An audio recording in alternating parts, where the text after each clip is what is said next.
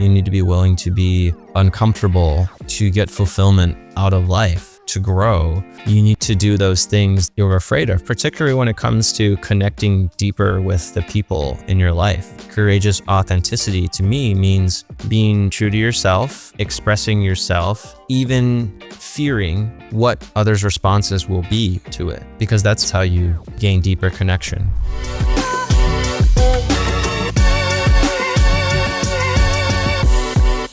What if real strength wasn't about pushing harder, but learning when to slow down and listen? Dr. Rock here, and on this episode of The Health Feast, I'm joined by Dean Pohlman.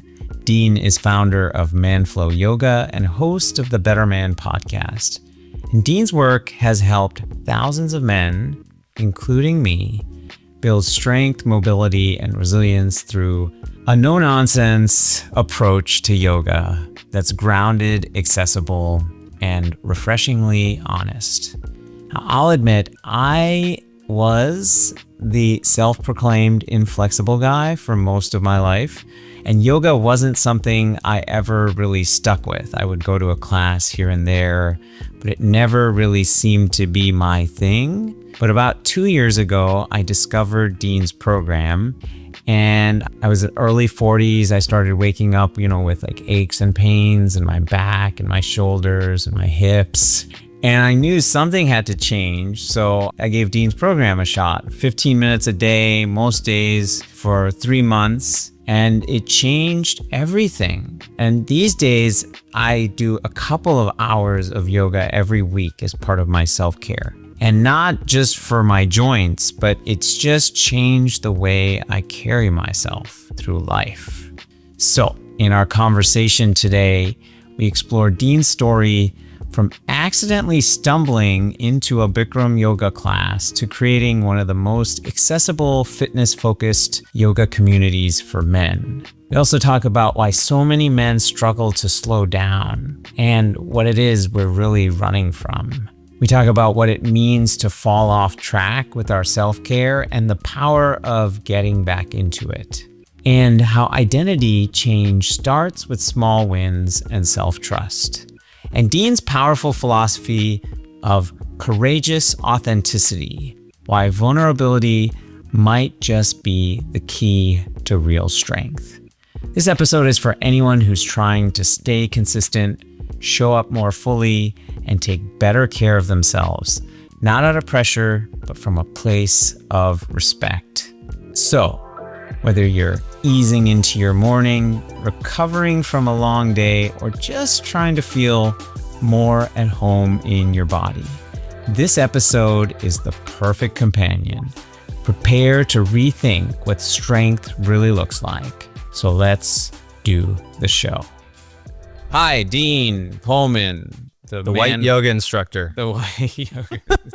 It's a great intro, right? You can do that again if you want. The white yoga instructor who, Indian guy was like, "Oh, will you be my instructor?" Yeah. No, Yes. Actually, that's a great place to start. I just want to give a little gratitude because I've known about yoga. I am Indian. I know yoga comes from Indian tradition. It's not that I ever really did yoga outside of going to an occasional yoga class. And when I would go, when I was younger, I was way less fit than I am now, but also they weren't designed for someone like me. I always felt so uncomfortable, during the class, both in the postures and also how I thought I appeared to everyone. And so when I discovered your program, it was oh, this makes so much sense. This is what I've been looking for. I actually, I think I Googled something like men's yoga program a few years ago. And I'll be honest with you, nothing your program didn't come up. The way I found out about your program was a targeted ad eventually on Facebook or something. And it's just changed the way I operate in my life in so many ways now. It's unlocked. I like to say it's unlocked my ability to do so many other things. Running used to be something I wanted to do more of, but I would always get knee pain. I would always get foot pain. And so now I don't get those anymore. And so I can run a lot more than I used to. And we lift weights, and sometimes I would tweak my back, or sometimes and so I'd have to stop deadlifting for a few weeks, and then that doesn't happen anymore. So anyway, it's awesome. Super excited to have you on. And I am curious. When we start with that, like, you're like, no offense, like really white, like I am. Yeah. yeah. Like how did you get exposed to yoga and then not just exposed to it, but decide to become a teacher? Yeah. So my first yoga class was entirely on accident. I was on my way to the gym beforehand. I was stopping at a tailor to drop off some pants that I need hemmed. And while I was looking for the tailor, I kind of stumbled into a yoga studio, and I was like, oh, I was actually going to go work out anyway. So, and I've been thinking about doing yoga for a while, so let me try it. And up to that point, I hadn't done yoga for the same reasons that most guys haven't done yoga. You know, it's perceived as feminine. They think it's not a good enough workout. They think that they have to be flexible to do it, and they think it won't help with their fitness, or it might not be intense enough. Like, and all those things that a lot of guys have thought. And so I tried it, and it was extremely challenging. It was the hardest workout I had done to that point. You know, I've tried a bunch of things. I was a collegiate athlete, played lacrosse, you know, done various CrossFit workouts, and, you know, really pushed myself. I was in really good shape, but that workout, that yoga class, it was a Bikram yoga class, just like took me to my limits. I mean, 45 minutes in, I was just dying, and it wasn't even halfway done. So that inspired me to keep going back. I think intuitively, even then, as a 20-something-year-old, 21, 22-year-old, I knew that because I struggled with it, that it had the ability to make me a lot stronger. And it highlighted a lot of my weaknesses. You know, I was doing traditional workouts like strength training, doing sports-specific training, sprints, but I wasn't doing any of this type of movements that we would do in yoga. So I kept going back. I noticed my body feeling stronger, but somehow lighter and more fluid at the same time. I had actually had a slight, I don't know if I wouldn't call it asthma, but very, you know, acute asthma, not serious. And after a year of going to yoga classes, I went back and I reassessed my breathing, and my, you know, on the percentile chart, I think they had me like 90% of what it should be. And then after doing yoga, I went back and they tested me again, and now I was at 105%. So some people hear me say that and they think, Dean, your O2 levels are not 90% or 105%, but that's not what I'm talking about. Yeah. Like if they, you know, they assessed my breathing and they said, oh, normally, you know, you were here and now you're here. So like it was making improvements, and I thought it was measure in asthma, they measure flow, like they measure peak flow or something like that. That's probably, people have a peak flow meter anyway. Sorry. Okay. Yeah. So whatever that was went up, and I thought, this is great. And I started inviting some of my lacrosse friends to it, and nobody wanted to go because, you know, there was still all these stigmas around yoga. And this was, you know, keep in mind, this was back in the early 2010s, and yoga has become much more mainstream since then. But back then it was still kind of weird. It was something that is very feminine, and not a lot of guys were doing it. So they didn't want to go, right? They had all of those same ideas about why I wouldn't go to a yoga class. And so I said, okay, fine. Well, I'll make you do them. I was a conditioning coach. It was club lacrosse. So, you know, we didn't have fancy conditioning coaches. So I was the coach because I was in the best shape. So, I had them do yoga, and they were like, oh, wow, this is like really good. And this is really hard. And they liked it. They loved it. So you just jumped right in. You were like, I will just teach you. Like, yeah. I learned these movements and I can teach you. Okay, yeah, go on. Pretty much. Yeah. So then I wanted them to do it over winter break. So I created a YouTube channel so that I could upload videos for them. And so I uploaded videos, and then I sent them out to them. I don't know if anybody actually did them. I think one or two guys did. And that's how it started. And then kind of for a while, it was a hobby. You know, I was just like, and really the goal behind it was, you know, this is pretty long-winded answer to your question, but really the goal behind it was, can I make yoga just like for normal guys? Can I make yoga for like the average Joe who likes working out but doesn't get enough flexibility work? So I really wanted to make this more approachable, kind of down to earth, you know, thing that made guys feel, oh, okay, I can do this, or this is cool. It's also, I mean, speaking of accessibility, like it's your approach is very inclusive. Like I was telling you, all the people I see, they just look like they're so representative. There's bigger guys, there's older guys, there's younger guys, there's like every, that must be intentional. I think, yeah. I mean, if you look at yoga, most yoga instructors, and you look at, you do a drop-in yoga class in person, or you do a yoga class online, yoga classes are made for flexible females. I mean, that's 80% of people doing yoga are women. I don't know if that statistic is still accurate, but most people who do yoga are women. So it's a very female-centric fitness, and the classes are primarily made for women. And there are some guys who can go and maybe they're naturally more flexible. Not all men are not all men are naturally inflexible. There are some men who are naturally flexible and it comes easy to them. But for most guys, who I would say the majority of men are naturally inflexible, those classes didn't work for them. You have them do a standing forward fold and they're like, they can't touch the ground. Their knees are bent, like their chest is way up in the air. Their back is in this terribly compromised position. And so I realized pretty quickly that I was going to need to do this in a way that was easier for guys with typical flexibility levels. So instead of making it hey, if you're 20 years old and a yoga instructor, do this variation, I made it, hey, if you're 45 years old and you're doing this for the first time, here's your variation. Yeah. So it was meant to be something that differed from, what everyone else in yoga world was doing. That's right. Well, what I love is actually you talk so much in a good way. Like you're constantly describing what it should feel like. And saying, I think you're quick to say, like, don't focus on what it looks like for me. This is what it should feel like. So a lot of times I don't even have to be looking at you, because if I know the posture, like I'm just listening to you, which is kind of cool. And that's very different. I've been in yoga classes where there's very little said.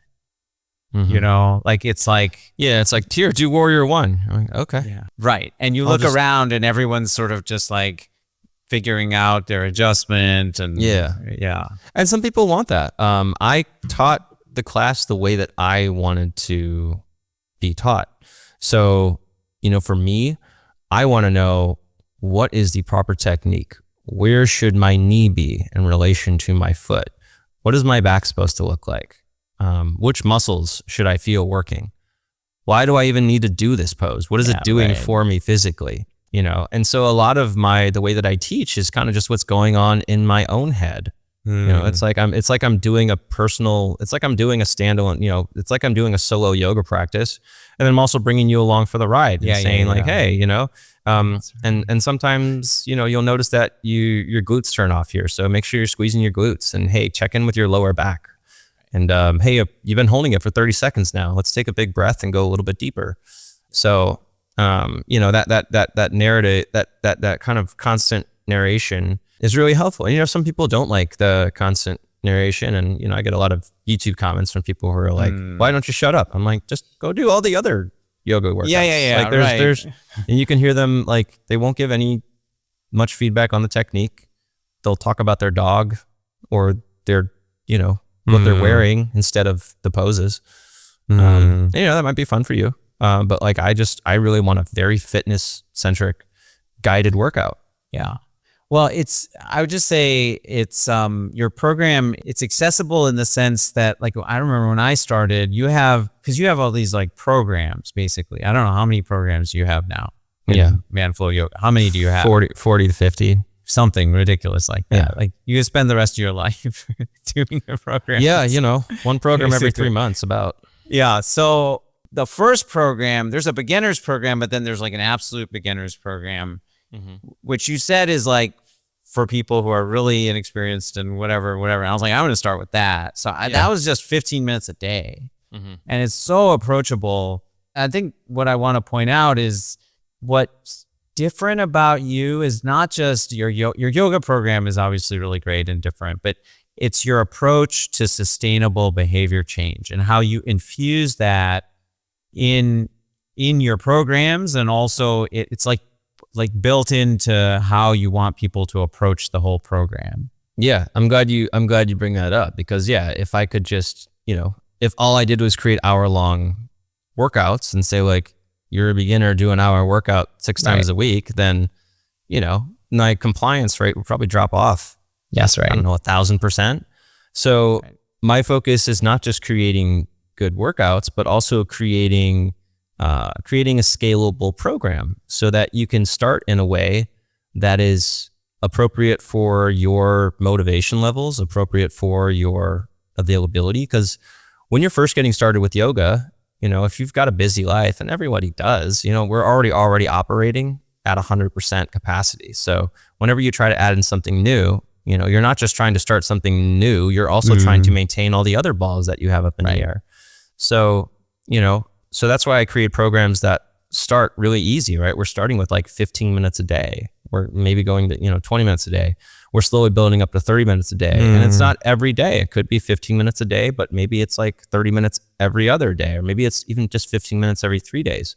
And it's not just the timing and the difficulty of the programs. It's also the dialogue of the workouts. It's also the instruction tells you what you should be focusing on, which is pay attention to what you can do and pay attention how you feel immediately after the workouts. Because for most people, they're going to feel the sense of satisfaction that they got something done. Yes. They're also going to feel better physically, right? You did a lot of just flexibility and isometric strengthening, which has pain relief properties. And it's also just going to help you have better posture, feel better throughout the day.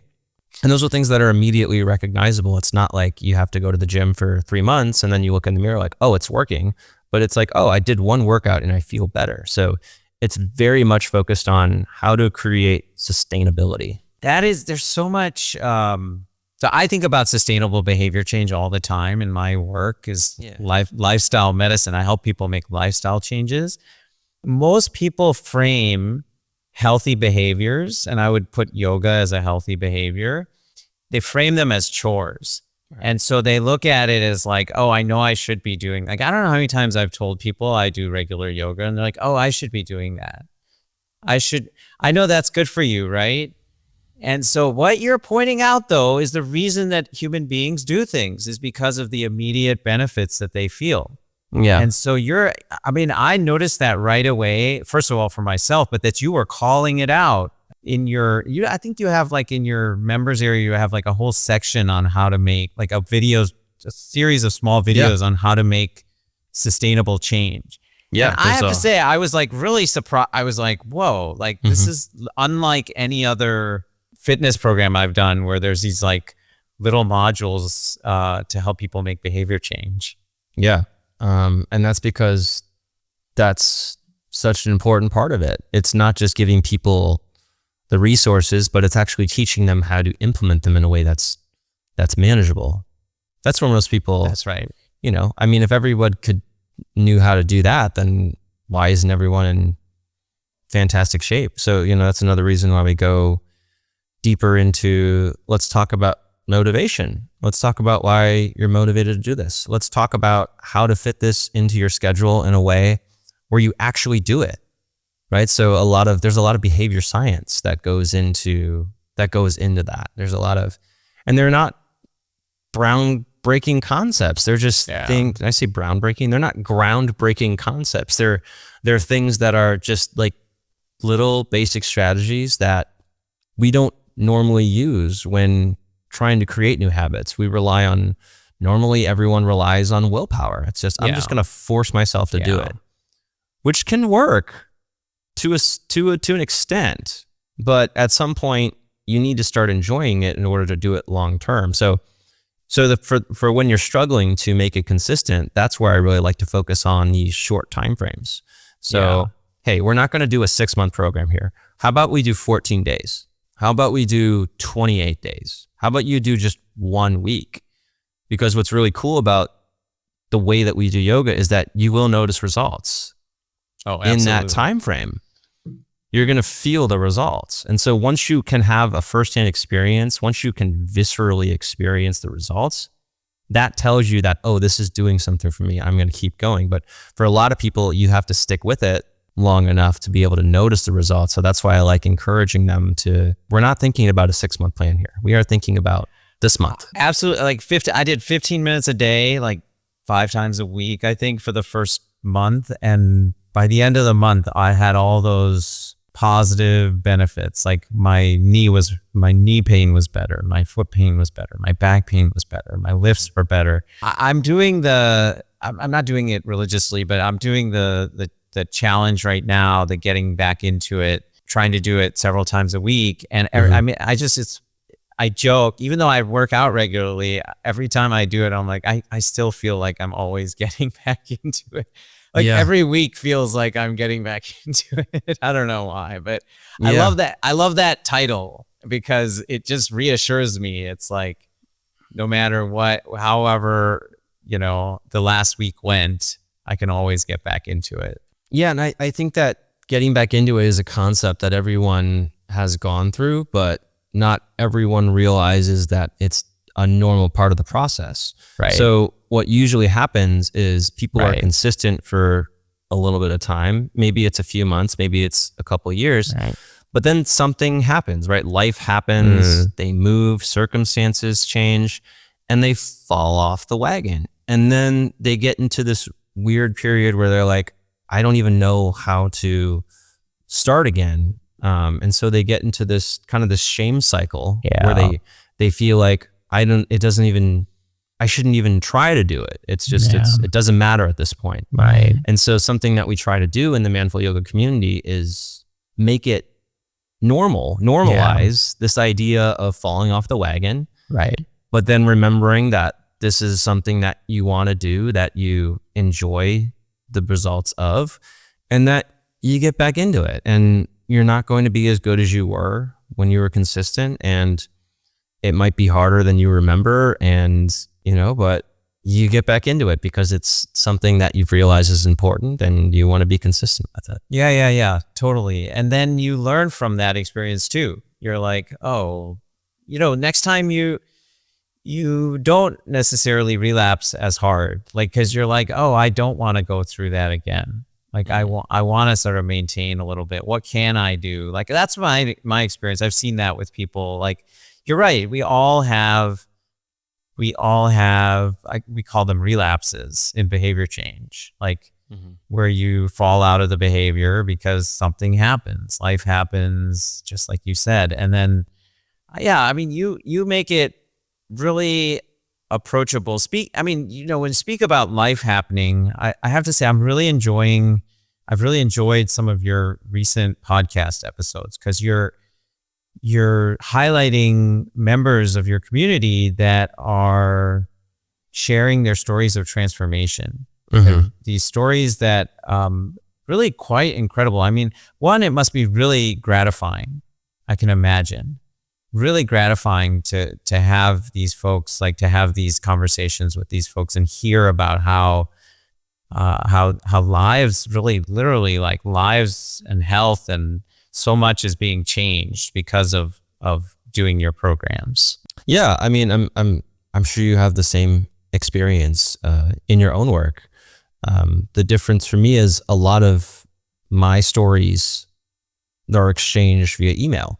So it's different when you actually get someone, it's not in person, but it's like this, right? It's like a video. Right. But I still get to see it like a video instead of an email. It is cool. It is cool to see that. And, the goal of the podcast, this season of the podcast with member stories, is to understand the process of what happens when you've gotten to that point where you say enough and you realize it's time for a change. Because, for a while I was very interested in getting everyone that I met to do Manful Yoga, right? I'm like new with the business. I'm like, let's do Manful Yoga. You got to do my workouts. And after a few years of that, I realized that it doesn't really make sense to try and just convince people to do something that they're not necessarily ready to do. So what these stories that we have uncovered through our community, and which you'll be able to hear about in their own words through that Manful Yoga podcast this new season, is that people get to what I call this oh shit moment, where they realize that things aren't going well and they need to make a change. And unless you have that oh shit moment, if you're operating solely on I should do more of this, or I should do more yoga, I ought to eat better, right? Then it's not enough. You've got to get to this point where you're like, okay, I'm ready to make the change. So I'm curious about that, Dean. I think about this a lot. Like, I think about it a lot. Like, I had my own oh shit moment that transformed my health. But I wonder, I'm like, does everyone have to have an oh shit moment? Or like, no, I don't think so. I mean, I think that's the power of you, for example, sharing those stories through your podcast, is that somebody else might hear that. I mean, obviously it's not the same if you don't experience it yourself, but do you think about that? Like, does everyone have to have an oh shit moment to make meaningful change in their life? No, I mean, I think there are some people who just kind of stumble on it, but I found that the people who stick with it, I mean, at least the stories that I've heard about, it's the people who have had something significant happen, and it's not like they're making dramatic changes in response to it. It's not like they're upending the way they live their lives overnight. Their mindset has changed. Yeah, it's just changing one thing. It's not changing everything. It's just saying, I'm going to make a little change. And when they make that change and they realize they can do it, it inspires them to try more difficult changes. So it's just been in my experience. And it could also be just from the scale of the work that I do. Like, I'm not going to try and convince everyone who sends me a DM to sign up for the members area. It's just like, it's a terrible use of my time. And a lot of people they aren't there because they want that. So I've learned to focus on the people who are really ready. It's what they say in AA, in Alcoholics Anonymous, that I think the tenet is attraction, not promotion. Right? And so I feel that from I mean, of course I saw a promotion. That's how I found out about your program. But then very quickly, there was an attraction to like the community and the style of teaching, and there's a resonance then because you're doing all these things intentionally. You're setting up these programs in an approachable way so people can make sustainable change. But that creates an ethos and so the whole environment gets shaped by that. And, over the summer, I was fortunate to be a part of this program, this fledgling program that was like a fun experience that I know couldn't continue. But I got to know so many people, like connect with people like through these Zoom watch parties. And it's really cool how your Manflow Yoga has drawn in all these different guys from all over the world. I mean, literally all over the world, who at a baseline, they have the same goal, which is that they want to better themselves. And so to get a group of men together who have that goal, like men just don't have a lot of spaces or opportunities to do that. Yeah. I mean, in the kind of the community that I wanted to create in many ways is the kind of conversations that I want to have in my own life, and trying to change the culture around how men, particularly in the West, particularly in the United States, act with one another. What they talk about, the conversations that they have, right? Because you could have, I feel like it's very easy to have friendships that have zero depth. You could hang out with people for, months, and all you ever do is talk about surface level conversations. You're like, oh, I went to Italy last year. It was great. We went here. And you're just like, I don't know anything about you now. All I know is that you and I both have, now all I know is that you and I were both raised to value talking about things that are expensive, great. Yeah. But that doesn't lead to more connection. And eventually for me, I just got to this point where I was like, I feel empty from the way that I have, from the values that I have chosen to represent in my relationships have left me feeling empty. And I wanted to create this culture where it was normal to talk about things that most men didn't talk about. Things like, I'm struggling with this, or, hey, I need help with this, or, I'm feeling really overwhelmed right now.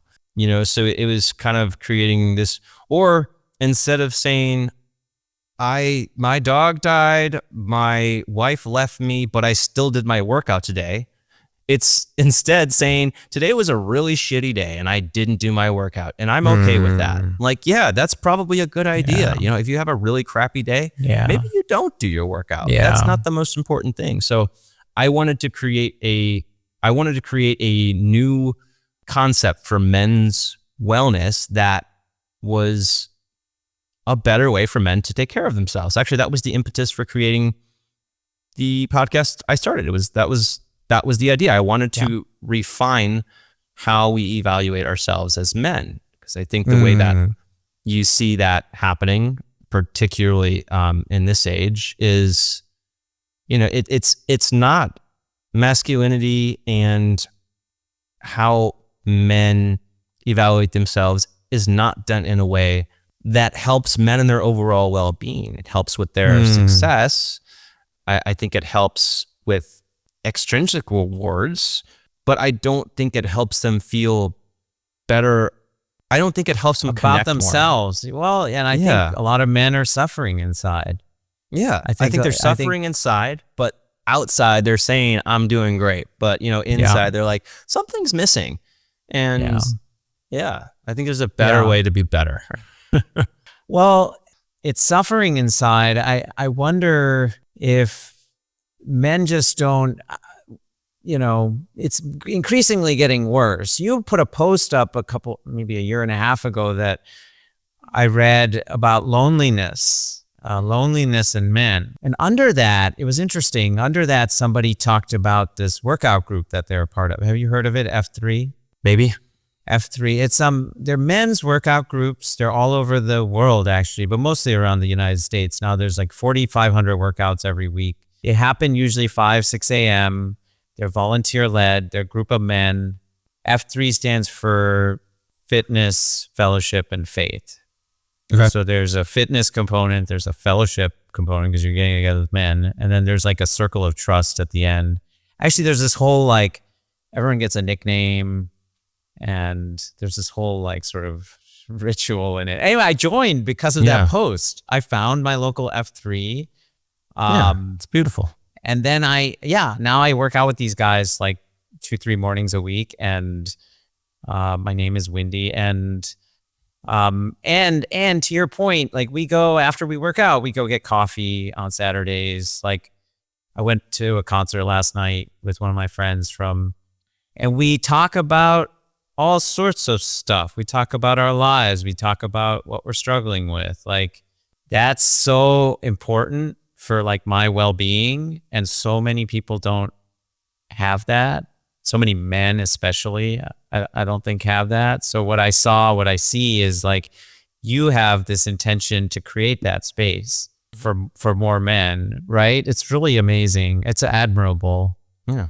Thank you. I mean, and I tried to, a lot of those first few seasons of the Better Men podcast was focused on me demonstrating that as the host, and really practicing courageous vulnerability, or what I call courageous authenticity, in this sense of talking about things that you feel uncomfortable discussing, talking about things that you're not sure how people are going to receive them, talking about things that normally you would be ashamed of and rather not talk about. And I found that through the expression of those things, it's helped to exponentially increase the depth of connection with our community. It's taken it to a whole another level, because when you have something that you're going through and you're able to articulate that well, And when someone else who has that same experience sees that and is able to recognize, oh, I'm not the only guy, it helps so much. So many of our problems can be solved by just recognizing I'm not the only person that's going through this. Except the way that most men interact with one another now, you don't have that opportunity to do that. So, well, it's the opposite too. Like, we hide our problems because of our ego. And so you don't want other men to know that you're vulnerable. Why would you want them to know you're vulnerable? That would show weakness. yeah. Oh, so that's refreshing. And I think refreshing to your community. That's why people get drawn into that. I noticed that too right away. I was like, oh, he's not just like pretending. He's like actually talking about the real shit that he's dealing with. And, you know, that's what did you call it? Courageous authenticity? Courageous authenticity. Yeah. I don't know if I can roll up my sleeve right now, but I can't roll up my sleeve. My sweater's too tight around the arm. But yeah, I got a tattoo this last year to help me remind me of that. It's a giant. It's not giant, but it's big. I mean, it's like the size. Where do you think that comes from? In your, like, what influenced that? Specifically, the phrase courageous authenticity. No, just having that value, like, I don't know, or maybe coming to an understanding. Did you have your own oh shit moment? I think life experience just taught me the more that I can share what I'm feeling, the more that I can lean into talking about things that make me uncomfortable because of the perceived reactions of whom I'm discussing it with.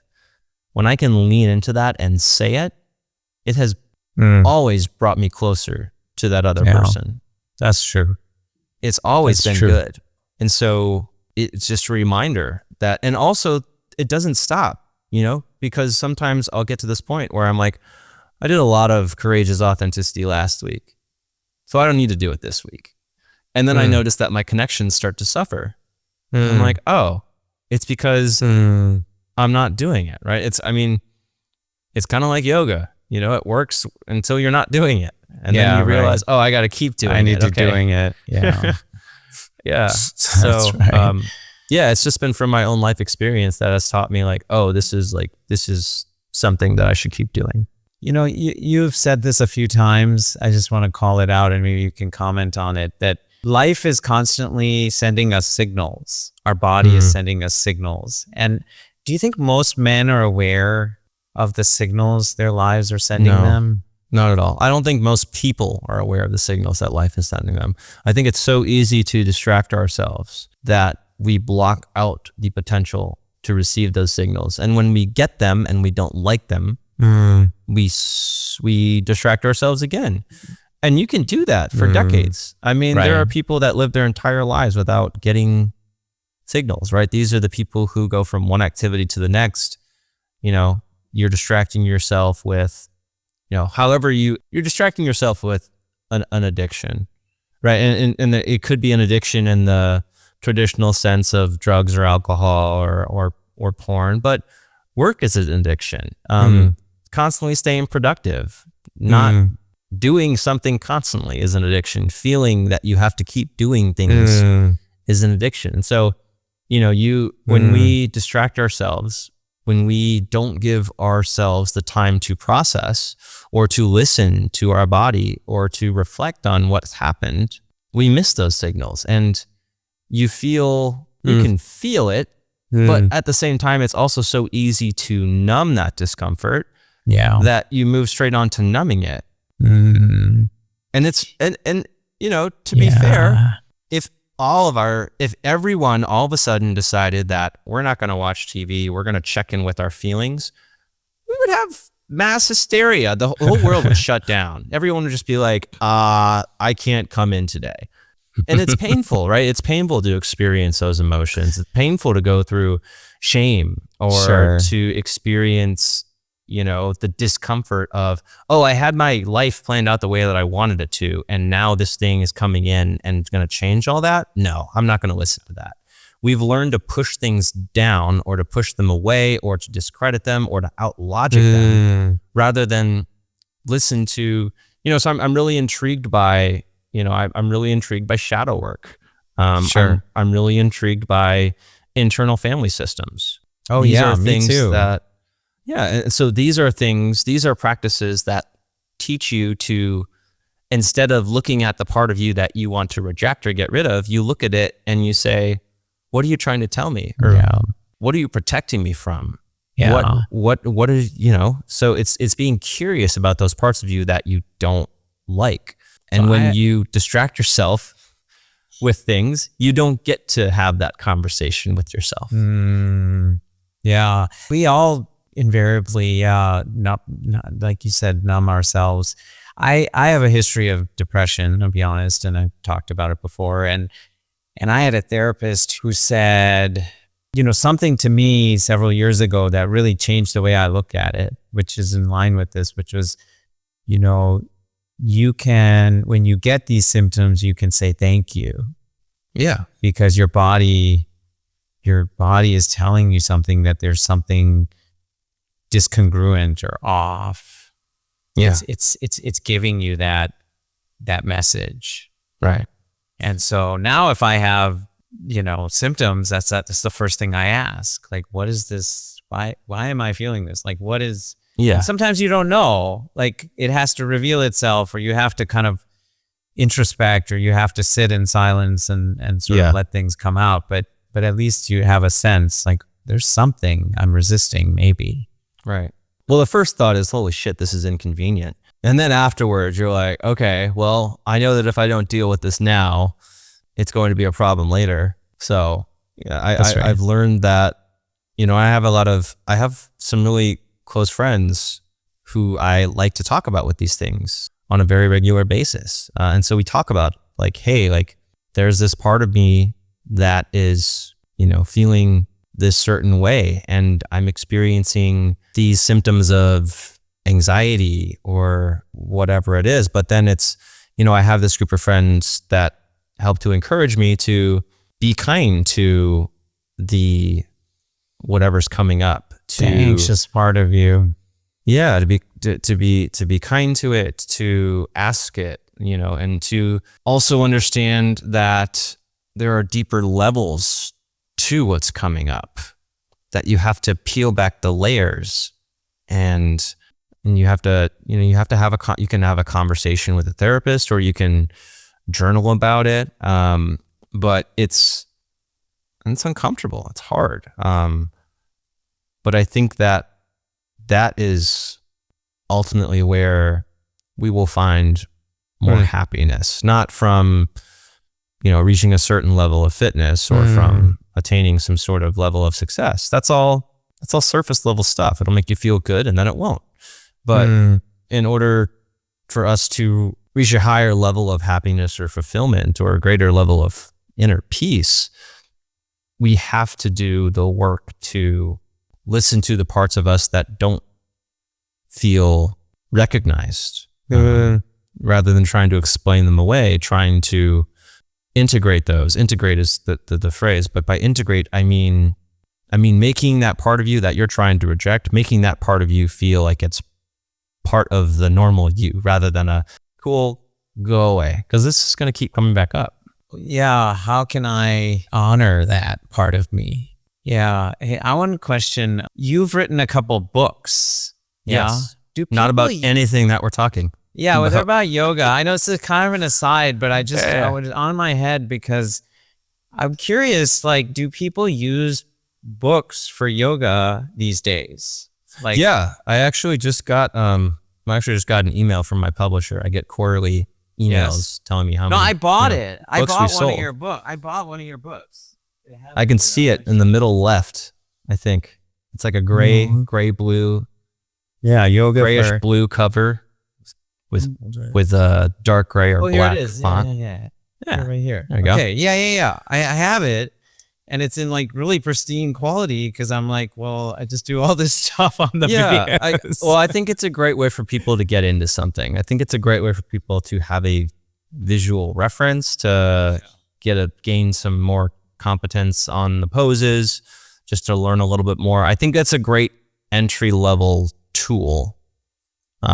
Maybe I should keep it in my gym, actually, now that I'm thinking about it, because I'm probably not using it in the way it was intended. Like, it's probably good to have almost on hand as a reference for form cues and. Yeah, I think it was designed as the way that I wrote it. I wanted it to be, if there's a guy who wants to get started with yoga, this is it. This is the resource to do it. Instead of going on multiple blogs, this is what you can read. This is what you can reference. You can get started with this. You can learn, there's a section on myth busting of common like yoga myths in there. There's tips on, that's right. There's tips on how to, so yeah, I mean, it's meant as a tool to get started with yoga. I don't think it was ever intended as like, it does have a workout section. It has a program section, but it was never intended to be like hey, buy this and you'll be set for the next 5 years. Yeah, it's more right. of a, hey, are you curious about yoga? Cool. Let me break it down for you in a way that might inspire you to do it consistently and start to notice some of the results. It is very detailed. That took a long time. Yeah, I can imagine. This book took a long time. Didn't have Chat GPT when this book was written. Yeah. No, that's cool. And you have yoga for athletes too, right? Yeah, yoga for athletes as well. That book, I think that book. So I basically took what I did with Yoga Fitness for Men, and I made it better with yoga for athletes. Like I redid all of the pose guides. I rewrote it. I totally updated it. It's made with more of someone who weightlifts or kind of a CrossFit or like a endurance athlete in mind. And I think for that reason, it just, my audiences don't think of themselves as athletes typically, even though, you look at what they do on a weekly basis and you're like, they're athletes. You're an athlete, dude. You're lifting weights, you're running, right. You're working out, you're an athlete now. But a lot of people don't think of themselves as athletes, and that kind of, it got some great Kelly Starrett from from the Ready State. Wrote the foreword on it. We had Nick Baer was part of the book. Oh yeah. Francesca Martinez, who is she's a really strong fitness influencer here in Austin. So yeah, we had some great people working on that. You're making me want to, based on your description, you're making me want to check it out. I just had this conversation with a patient the other day, and she was doing all these things. She's strength training 3 times a week. And I said to her, you're an athlete, and she laughed. Yeah. And I said, well, what is an athlete if not someone who trains every day? And I think that's such a helpful frame for people. Like, it goes back to helping people frame this identity for themselves. And like, if you frame yourself as like someone who exercises for weight loss or fitness, it's very different than if you're someone who trains, who's an athlete, who's training to get stronger and faster. And yeah. So I love that you tell your members of your community that they're athletes, because they are. Yeah. I got to come up with a different, that's part of something I need to do to be a better community leader. People need to have some sort of status they attain when they do mindful yoga for, a month straight or something. Wouldn't call them an athlete. We call them like, you're a yoga beast now, or you're so I got to do that still, but yeah. Or a man flow yogi. Yeah. It's kind of funny. I thought I had people be man flowers. Yeah. You're a man flower. But obviously spelled flower. So man flowers. Yeah. I get it. Yeah. That didn't. Yeah. I mean, we posted photos every Friday on our Facebook page with people who were doing manflow yoga and submitted photos.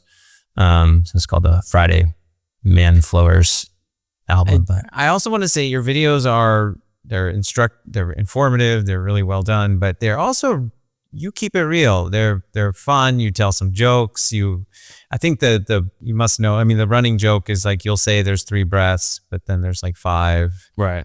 or something. You must play off. Do you play off of that, or is it? Oh yeah, there's a couple of running jokes. One of them is, sorry, Dean, I swore at you this morning in today's workout, and our response to that is always, that's okay. Swearing at me is it's a rite of passage. And then, the running joke is like, whenever there's some sort of time that comes up within the community, people are like, don't let Dean count. Or, some sort of intensity. Oh, intensity. Those intensity gauges on the workout. Oh yeah. Like sometimes it'll say 2 and it'll be like the hardest workout I've ever done. Usually not. Usually it's a 3 or something. But like I'll do a 4 or 5 and I'll be, that wasn't so bad, anyway. Interesting. Okay. Yeah. That's probably just an error on our part then. I can't say that that's done intentionally. All right. So, Dean, we ask everybody who comes on this final question. This is, you're coming to our proverbial health feast. You're already at the health feast. And we ask you to bring your life philosophy or mindset tip that you want to share with everyone. And what is Dean Pohlman bringing to the health feast? Courageous authenticity. I love it. I think you have to be true to yourself. I hate saying true to yourself because it's a, what do you call it? It's a buzz phrase, right? It has no meaning because it's just something that's circulated and said repeatedly. But courageous authenticity in the sense that you need to be willing to be vulnerable. You need to be willing to be uncomfortable to get fulfillment out of life, to be able to grow.